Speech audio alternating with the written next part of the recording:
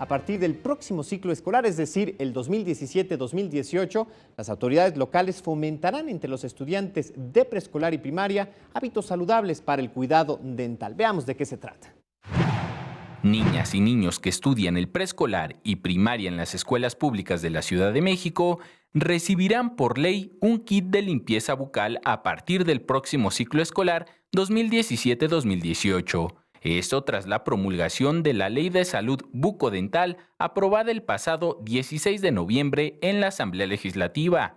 La Secretaría de Desarrollo Social será la encargada, será la responsable de aplicar esta nueva norma a través de las diferentes acciones en donde se deberán entregar estos paquetes de salud dental con pasta y cepillo de dientes, así como un cuadernillo que es el cuadernillo de hábitos socialmente saludables. En una primera etapa se entregarán 356,000 paquetes dentales. La meta es llegar a 1,000,000, señalaron las autoridades capitalinas.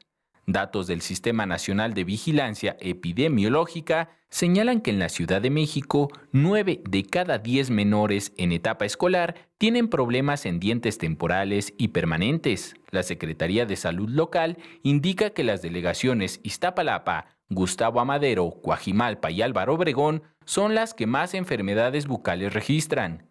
También fue lanzada la campaña Hábitos Socialmente Saludables, para fomentar en la población capitalina la actividad física y la buena alimentación. Va a haber mucho más deporte acá en la ciudad, más.